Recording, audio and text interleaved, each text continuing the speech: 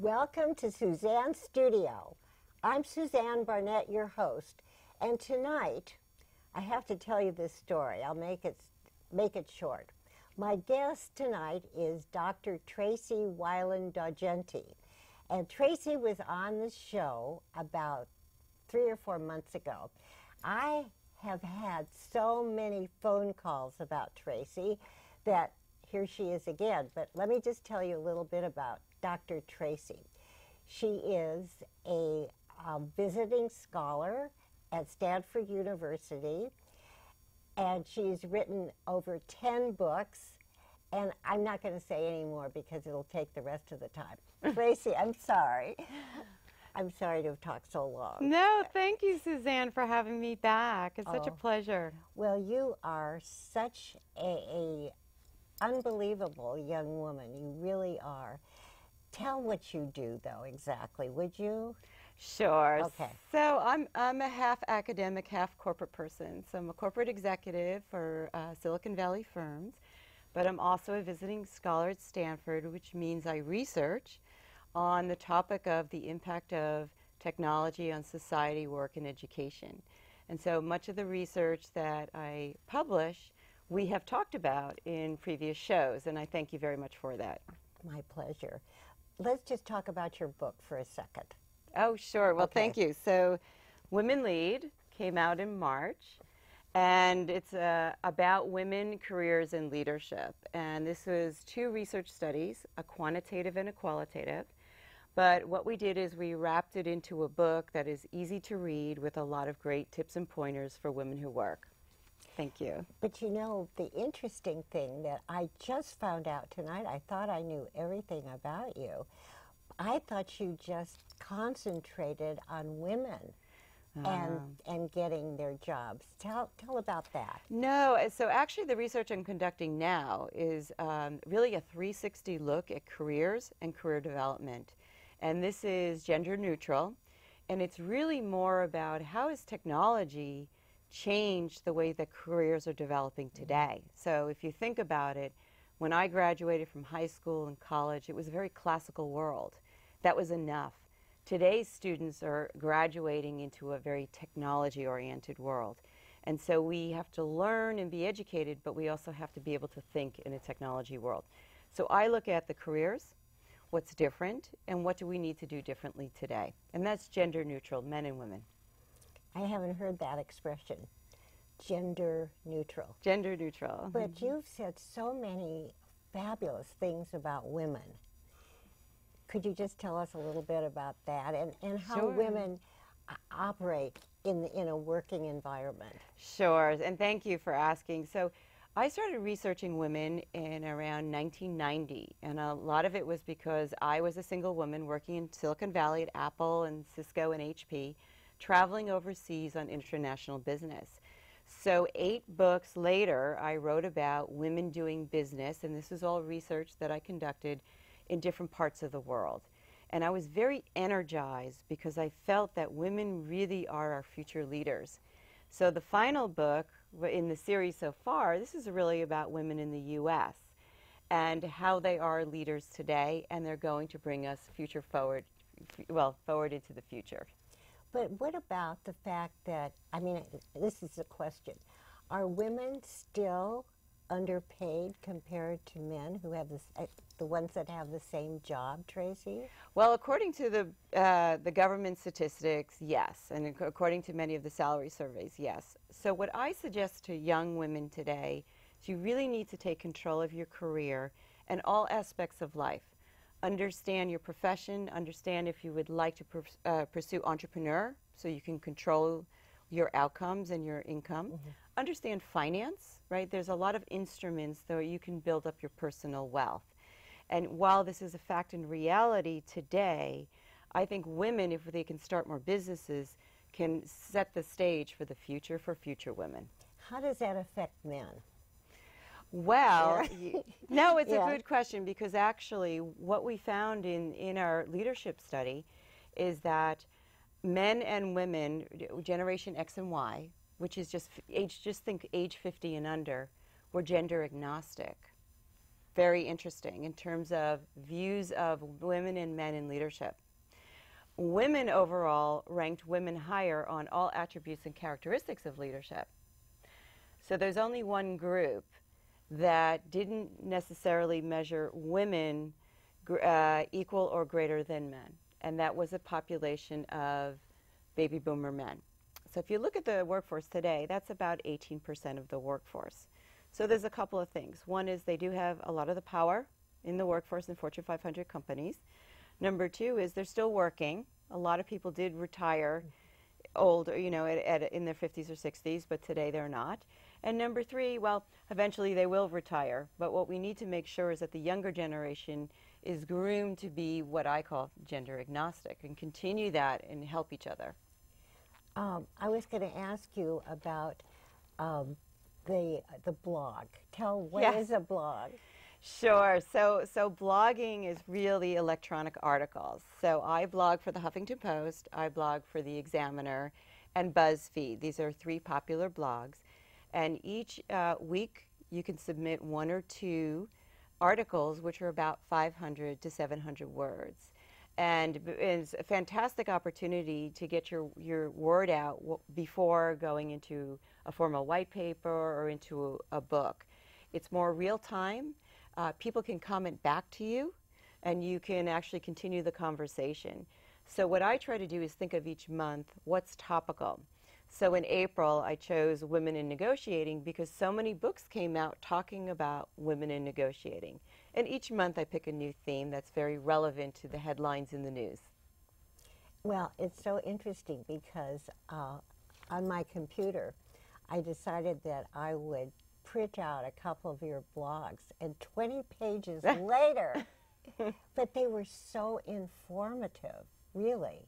Well, yes, and I appreciate that because you try to just have one concept, because if you only have 500 words, think about it, that's under 2 pages, and you only can really have one concept and a couple of bullets. Right.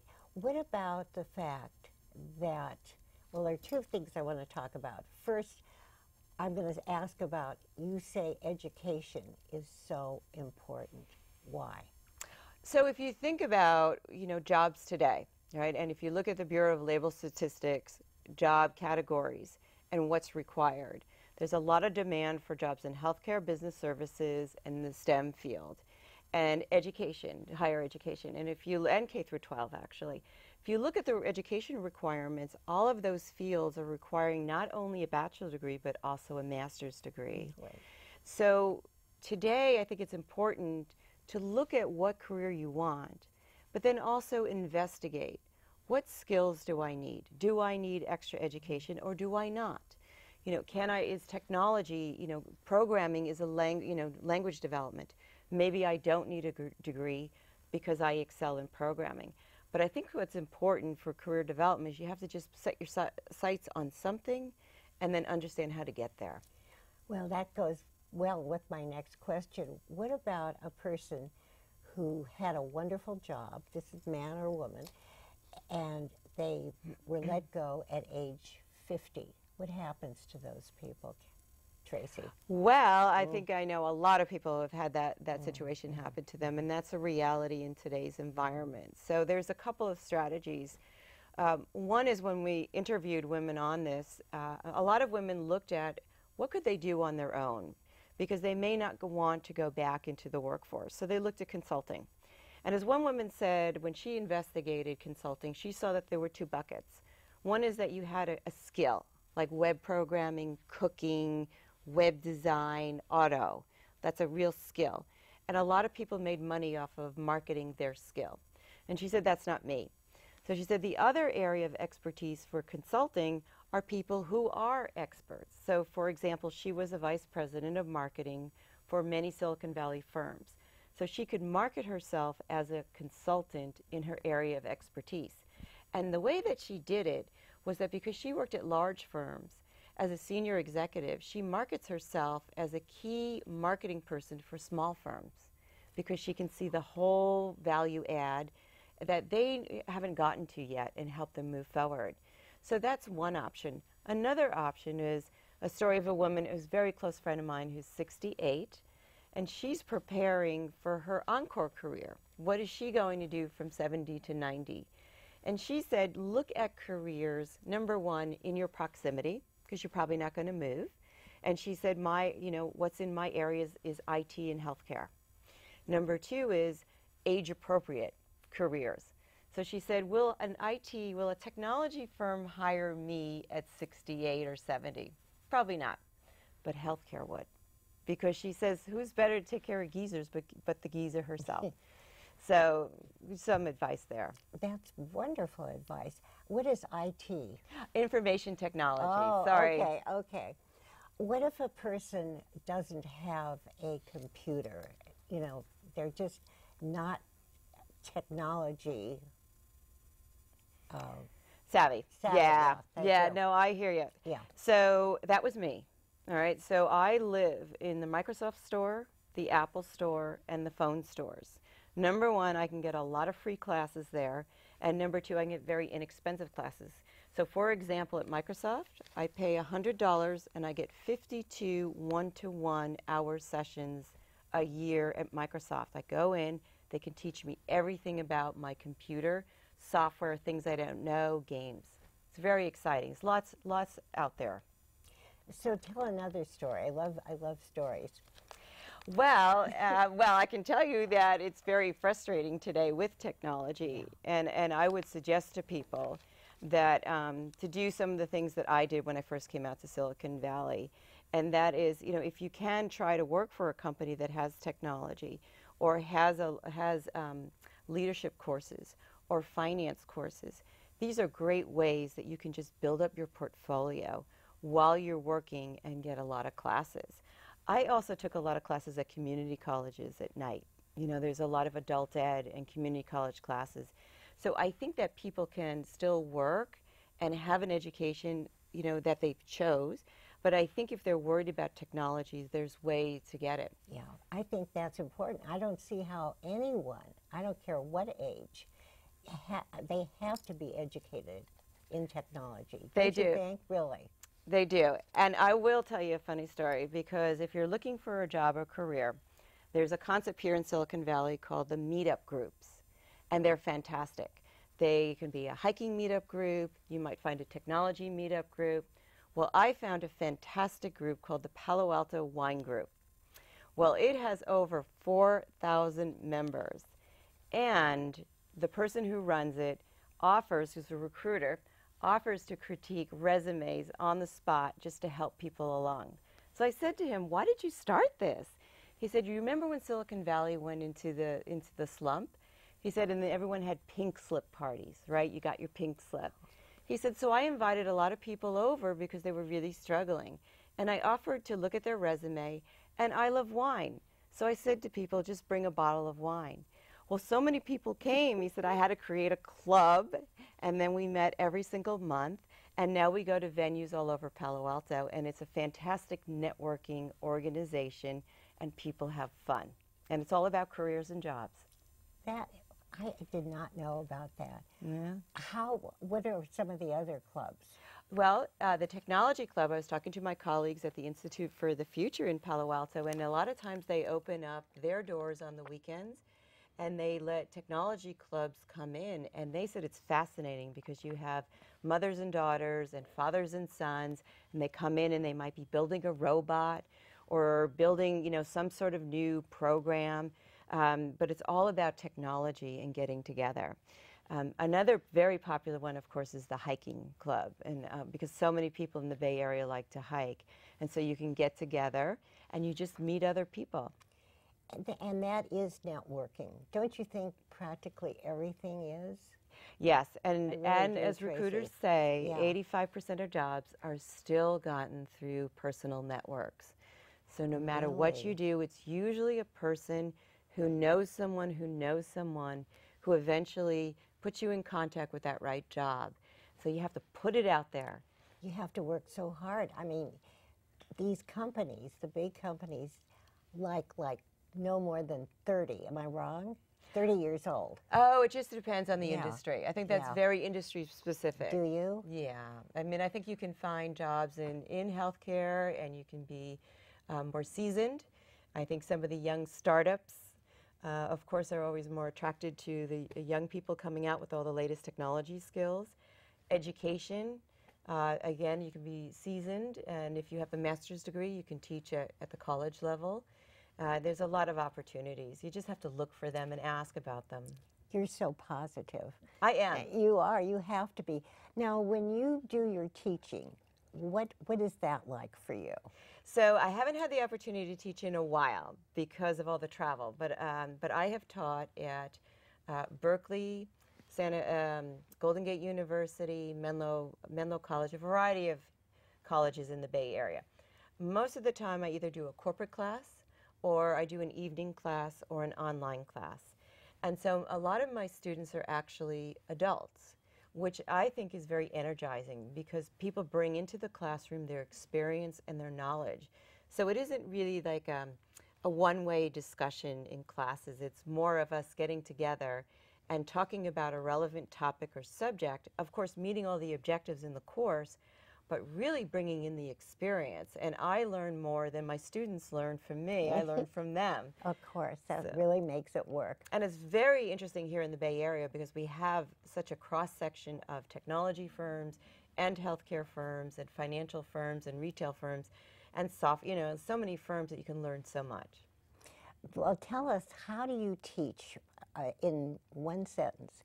What would be the best advice that you could give to man or a woman or a man, Tracy, on the importance of the first interview? Okay, so when I teach, I am very visual. I realize today that people are used to YouTube, Facebook, fast clips. So I bring in a lot of technology into my classes because I want to keep my students engaged, and I also have my students engage. In terms of interviewing, what I encourage my students to do is to think of a 30-second elevator pitch. Right? What's your headline? Who are you? And in 30 seconds, if you were riding up an elevator and someone looked at you and said, "Tell me about yourself and why I should give you a job," you should have something ready to go. And describing who you are, what you do, and your success, and why you want that job. That sounds really very good. I know I took the Dale Carnegie class a long time. Yes, I've taken that too. You took it too. Fantastic. And they say that if you can't say it in 3 minutes, forget it. You lose your audience. You really do. I mean, you just have to, really give it your all. And this works. I mean, what happens when your students get a job? Do they come back to you and tell you? Oh, yes. The students have been very successful. So a couple of things is have a really good resume, one page, because it's a 10-second scan, right? That's all that recruiters really spend time on. So they're looking for that headline and accomplishments. Number two is really being able to articulate quickly and succinctly in your resume who you are and what you do well, right? So it's very clear. There's no guessing. Is she a marketing person or is he a finance person? I don't know. It has to be very clear. And then it is the interview, but the interview doesn't get you the job. It gets you in the door, and hopefully you will be able to be so compelling that in today's environment, some people have 8 to 10 interviews before a company will hire them. So you need to be prepared to have a 360 type of interview process, which is many different personalities asking you questions. Today they even ask problem-solving questions, situational leadership questions. Some people do technology screening questions. So it's a whole different environment today. Oh, that sounds so depressing. My God. Well, these poor people, Tracy. Well, there was a lot of research done saying that people were lying on their resumes. So you see how companies really need to make sure. It's a big investment to bring an employee these days, right?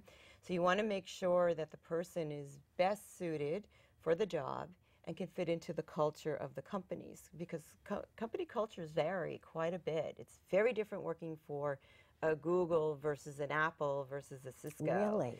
Yes, and so you have to understand, and I encourage people to get out on their Facebook and LinkedIn and meet people in the companies and ask them, and go to the website and look at the videos, because companies will say, here's what it's like to work in my environment, here's what we expect. So be prepared. not all people fit all cultures, and not all cultures are right for all people. It's so complicated. Well, the world is complicated. It is. Compared to my day. So well, different issues today. Well, so a person who is trying to get a job, they have to go through many interviews, most of them. Is that what you're saying? It depends on the firm. Yeah. But many of the candidates who I've researched have said in today's environment it's anywhere between 4 to 8, and some cases 10. One individual told me that she had to interview with a panel of senior executives, and actually they flew her in for a panel interview and then also did a whole battery of psychological testing because she was positioned for a very senior position in the firm, and they wanted to make absolutely sure. So there's a lot of different scenarios. Other people say they get a job after one interview because they have a unique skill and the opening is for that skill. They just have to prove the skill, right? So think about a programming or welding, and that's enough to get them the job. So it varies by industry. So it varies. So, but what a wonderful profession you have, because, I mean, it's so important for a person to have a job, and you show them how to do it. Well, there's so many new ways and new ways to have a position, right? So some people have a portfolio career, which I think is fascinating, where you might be doing a TV show and writing blogs, writing books, and also working maybe in retail, right? And you might have a multiple component kind of career with different ways of making revenue. I think that's fascinating because you can test out all of your interests. How do you keep up with all this stuff, all the current stuff, and write your book, and teach, and travel? It's hard. Oh, Tracy, how many hours a night do you sleep? Oh, I sleep a lot. Do you? I'm a good sleeper. I sleep 9 or 10 hours. Do you really? I do. I have to. But sometimes. But everything, the rest of the day is very busy. But sometime we should do a show on how to really become organized. Really, it's so every minute of our day. Really, yes. If we could utilize it the best way we know how, really. Yes, no, I agree. You have to have a very organized life if you have a lot of interests and you want to do a lot of things. And I am very organized, even down to my drawers, trying to get my computers organized, try to get my house, you know, everything organized. But yeah. Here's a question. What happens when your computer fouls up? How do you deal with that? Well, fortunately, I back up.